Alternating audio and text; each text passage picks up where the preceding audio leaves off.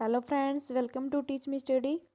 आज हम NCERT polity का अध्याय नंबर 7 पढ़ेंगे, जिसका नाम है नगर प्रशासन। इस चैप्टर में हम नगर पालिका, नगर निगम और नगर परिषद इन सभी के बारे में पढ़ेंगे। तो फ्रेंड्स, आज हम ये पढ़ेंगे कि इनमें किस किस प्रकार से वे कार्य करते हैं और इसके अलावा जो मुख्य प्रशासनिक अधिकारी होते हैं वो इसके अंडर में किस प्रकार से काम करते हैं। तो चलिए फ्रेंड्स, इसको स्टार्ट करते हैं। एक गांव के मुकाबले में शहर ज़्यादा बड़ा और अधिक फैला हुआ होता है। शहर की गलियां ज़्यादा चौड़ी होती है, यहाँ के बाज़ारों में ज़्यादा भीड़ भाड़ होती है, पानी और बिजली की सुविधाएं होती है, अस्पताल होते हैं, यहाँ बहुत ज़्यादा वाहन होते हैं और यातायात को नियंत्रित करना पड़ता है। क्या आपने कभी सोचा है कि यह सब इतने सुचारू रूप से कैसे चलता है? कौन सी ऐसी संस्था है इन सब के लिए जिम्मेवार होती है? कैसे निर्णय लिए जाते हैं? कैसी योजनाएं बनाई जाती हैं? और कौन लोग हैं जो हमारा सारा काम करते हैं? आइए उत्तर ढूंढने की कोशिश करते हैं। तो फ्रेंड्स, इसमें एक कहानी सी दी हुई है जिसमें क्या कुछ बच्चे खेल रहे होते हैं, उनसे ट्यूबलाइट टूट जाती है तो वो बोलते हैं कि हमने कल भी खेल रहे थे तो उनके घर की वो कांच टूट गया था खिड़की का, तो तब भी हमने पेमेंट की थी, अब इसको कौन लगवाएगा कि जो लाइट है वो फूट गई थी। उनसे माँ से पूछते हैं कि ये सब लाइट्स वगैरह कौन लगाता होगा। तो वो अपनी माँ के पास गए तो उनकी माँ बोली कि आप है ना खाला के पास जाओ, जो कि अभी अभी सेवानिवृत्त हुई है नगर निगम से। तो फिर वो उस खाला के पास जाते हैं, खाला से पूछते हैं कि ये लाइटें किस प्रकार लगती हैं, कौन लगवाता है, कैसे इनकी सारी प्रोसेसिंग होती है, कौन कौन इनके कर्मचारी होते हैं, किन किन की निगरानी में यह सब काम होता है, और कौन कौन से प्रशासनिक अधिकारी हैं वो कैसे कैसे काम करते हैं। ठीक है, तो ये एक दी हुई है कहानी। तो इस कहानी में जो इम्पोर्टेंट लाइन है वो देखेंगे और उसके साथ साथ जो आपके नोट्स के लिए इम्पोर्टेंट है सिर्फ वही लाइन्स देखेंगे, ज़्यादा हमें पढ़ने की इसमें ज़रूरत भी नहीं है। ठीक है फ्रेंड्स, तो अब वो बच्चे किसके पास जाते हैं? खाला के पास जाते हैं पूछने के लिए। ठीक है, तो खाला उसको क्या बोलती है कि नगर निगम है वह कोई एक व्यक्ति नहीं है या फिर कोई एक संस्था नहीं है जिसको तुम पैसा दे सकते हो। एक बहुत बड़ी संस्था है नगर निगम, जिसको नगर निगम कहते हैं। यह सड़कों पर रोशनी की व्यवस्था करती है, कूड़ा इकट्ठा करने, पानी की सुविधा उपलब्ध कराने और सड़कों व बाजारों की सफाई करने का काम करती है। क्योंकि बच्चे हैं वो उनसे ये पूछते हैं जिस प्रकार उनके घर की जो खिड़की टूट गई थी तो हम सब ने मिलकर उनको पैसे दिए थे, तो इस प्रकार यह हमारी गली की जो लाइट ये टूट गई है हमसे, तो इसके पैसे हमें किसको देने हैं? तब वो उनको यह उत्तर देती है।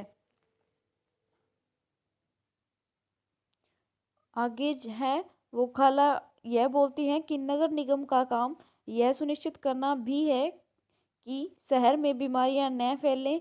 यह स्कूल स्थापित करता है एवं उसे चलाता है, शहर में दवाखाने और अस्पताल चलाता है, यह बाग बगीचों का रख रखाव भी करता है।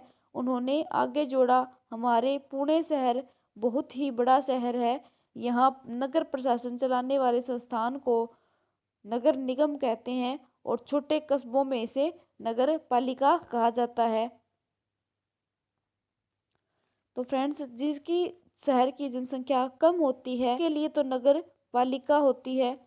जो नगर पालिका होती है वह सबसे छोटी होती है। नगर पालिका के बाद में आती है नगर परिषद, उसके बाद आता है नगर निगम। इनको जनसंख्या के आधार पर बांटा गया है।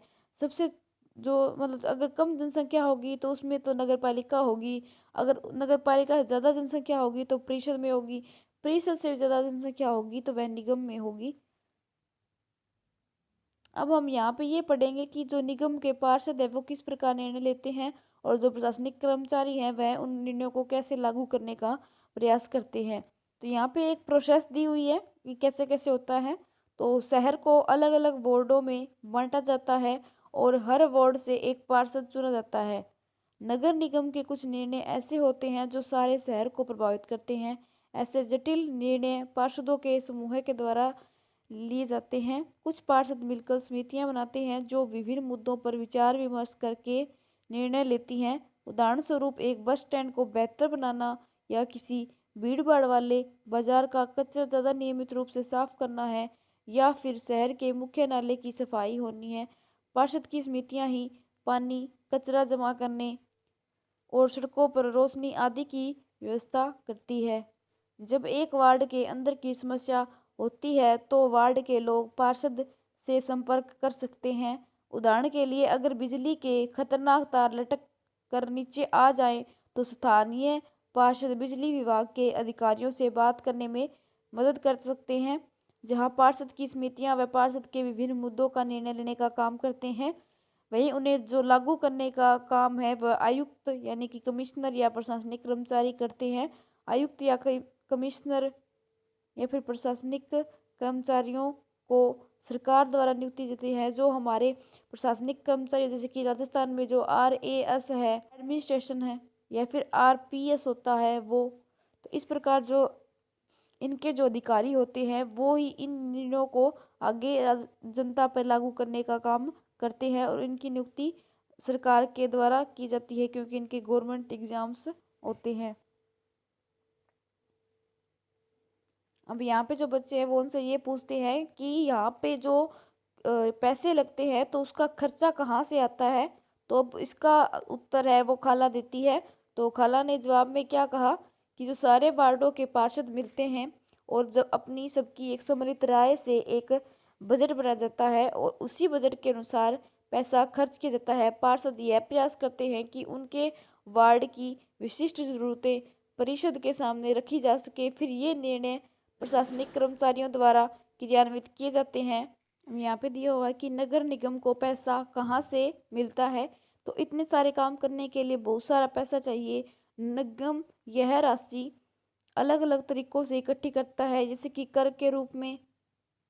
यहाँ पर विभिन्न प्रकार की वस्तुओं के साथ साथ पानी, घर, संपत्ति सभी प्रकार लगाया जाता है जिनसे इनको पैसा प्राप्त होता है। इस राशि का बड़ा भाग लोगों द्वारा दिए गए कर से आता है। कर वह राशि है जो लोग सरकार द्वारा उपलब्ध करवाई गई सुविधाओं के लिए सरकार को देते हैं। जिन लोगों के अपने घर होते हैं उन्हें संपत्ति कर देना पड़ता है और साथ ही पानी या फिर अन्य सुविधाओं के लिए भी कर देना होता है। जितना बड़ा घर उतना ज़्यादा कर। निगम के पास जितना पैसा आता है उसमें संपत्ति कर से केवल 25 से 30% पैसा ही आता है। कुछ संस्थान ऐसे होते हैं जिनकी शिक्षा पर भी कर लगता है, उनसे उनकी ज़्यादा आमदनी हो जाती है तो उनसे कर लिया जाता है। अगर आप किसी दुकान या होटल के मालिक हैं तो उस पर भी कर देना पड़ेगा। अगली बार जब आप सिनेमा देखने जाइएगा टिकट पर ध्यान से देखिएगा कि हमें मनोरंजन के लिए भी कर देना पड़ता है। इस तरह अमीर लोग संपत्ति कर भी देते हैं, वहीं जनसंख्या का एक बड़ा हिस्सा सामान्य तरह के कर अधिक देता है।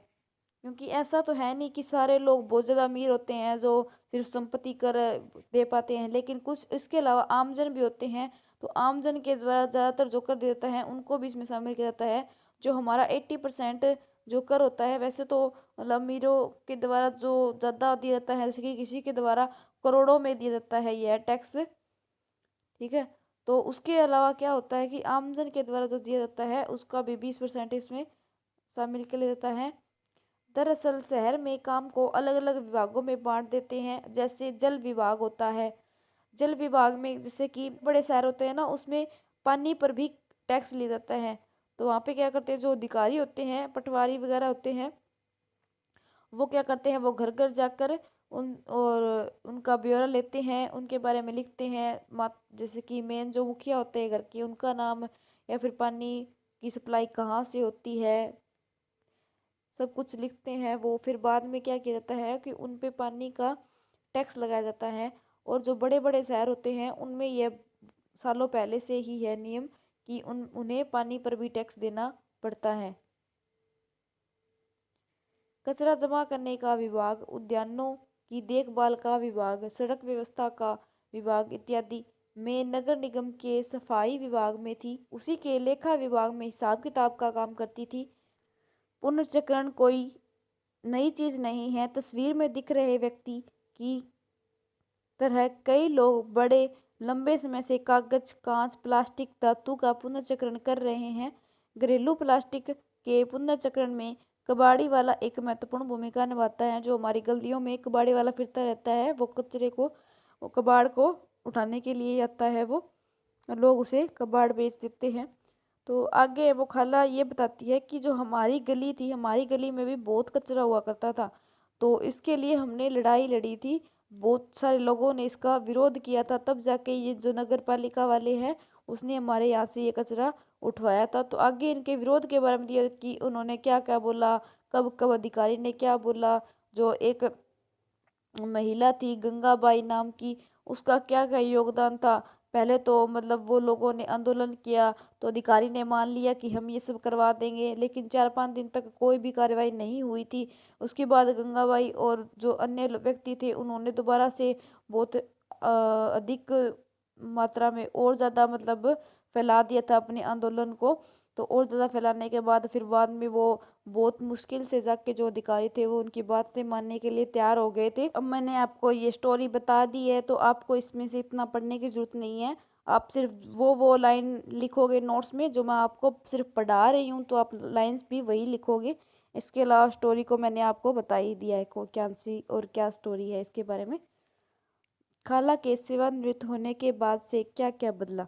यास्मीन खाला ने बच्चों को जो नहीं बताया था वह है हाल के समय में पैसा बचाने के लिए नगर निगमों ने कचरा उठाने व उसे ठिकाने लगाने के लिए निजी ठेकेदार रख लिए हैं। पहले ये कर्मचारी जो गवर्नमेंट होते थे इनको अच्छा पैसा देना पड़ता था, इनकी सेवानिवृत्ति पर भी इन्हें पैसा मिलता था, लेकिन जो सरकार है, लेकिन सरकार ने अपना पैसा बचाने के लिए क्या किया कि इनको निजी कंपनियों को दे दिया था, और निजी जो ठेकेदार होते थे उनको दे दिया था, वही कचरा उठाने आते थे, और उनकी जो पोस्ट होती थी वह अस्थायी हो गई थी, और इसको ही इन्होंने निजीकरण कहा था। नगर निगमों ने कचरा उठाने उसे ठिकाने लगाने के लिए निजी ठेकेदार रख लिए थे, और इसको निजीकरण कहते हैं। इसका मतलब यह है कि जो काम पहले सरकारी कर्मचारी करते थे वे काम अब निजी कंपनियां करती हैं। निजी ठेकेदार जिन मजदूरों को कचरा जमा करने व उठाने के लिए काम पर लगाते हैं उन्हें बहुत कम पैसा देते हैं, और उन मजदूरों की नौकरी भी अस्थायी होती है। कचरा उठाने का काम काफ़ी खतरनाक भी होता है। अक्सर उनके पास अपनी सुरक्षा के साधन नहीं होते हैं। अगर काम करते हुए वे घायल हो जाएं तो उनकी देखभाल करने वाला भी कोई नहीं होता है। तो अनेक कचरों में जैसे कि ज़्यादा मात्रा में अगर कहीं पे कचरा हो बहुत सालों से पड़ा हुआ, तो उनके लिए जेसीबी वगैरह का प्रयोग किया जाता है, या फिर बड़े बड़े वाहनों का प्रयोग किया जाता है। कई बार गंदगी है वो इतनी ज़्यादा फैली हुई होती है कि उनको उनसे उस गंदगी से उनको खुद को प्रोटेक्ट करने के लिए उनके पास कोई साधन उपलब्ध नहीं होते। इस प्रकार वो खुद बीमार पड़ जाते हैं, लेकिन सरकार की तरफ भी उन्हें कोई खर्चा नहीं दिया जाता बीमार होने पर। तो इस प्रकार ये सरकार के द्वारा एक निजीकरण की प्रक्रिया अपनाई गई थी, जिसके द्वारा वो क्या कर अपना पैसा बचा लेते थे। तो अब हम पढ़ेंगे सूरत की एक घटना है जो कि 1994 में हुई थी। वहाँ पे क्या हुआ था, भयंकर प्लेग फैल गया था। जिस प्लेग क्या होता है, हवा में फैलता है, जिससे जो आसपास कितने भी लोग थे वो मारे गए थे। इस प्रकार जो बहुत सारे लोगों ने अपनी जान गंवा दी थी। बहुत गंदा शहर होता था सूरत, लेकिन अब यह चंडीगढ़ के बाद में दूसरा शहर है जो सबसे स्वच्छ शहरों में आता है। तो इस प्रकार हम सूरत की एक घटना है उसके बारे में पढ़ेंगे, यह काफ़ी इम्पोर्टेंट है। 1994 में सूरत शहर में भयंकर प्लेग फैल गया था। सूरत भारत के सबसे गंदे शहरों में से एक था। लोग घरों और होटलों का भी कूड़ा कचरा पानी की नाली या सड़क पर ही फेंक देते थे। इससे सफाई कर्मचारियों को कूड़ा कचरा उठाने और ठिकाने लगाने में काफ़ी मुश्किल होती थी। ऊपर से नगर निगम अपना काम नियमित रूप से नहीं कर रही थी, जिससे स्थिति और भी खराब हो गई थी। प्लेग हवा के जरिए फैलता है। जिन लोगों को प्लेग हो जाए उन्हें दूसरों से अलग रखना पड़ता है। सूरत में उस साल बहुत से लोगों ने अपनी जान गंवा दी थी। करीब 3 लाख से अधिक लोग थे जिन्होंने शहर छोड़ दिया था। प्लेग के डर से यह अनिवार्य कर दिया गया था कि नगर निगम मुस्तैद से काम करे। सारे शहर की अच्छी तरह से सफाई हुई, और आज की तारीख में चंडीगढ़ के बाद में भारत के सबसे साफ शहरों में दूसरा स्थान सूरत का आता है। तो फ्रेंड्स, इस प्रकार हमारा ये चैप्टर कंप्लीट हो गया है।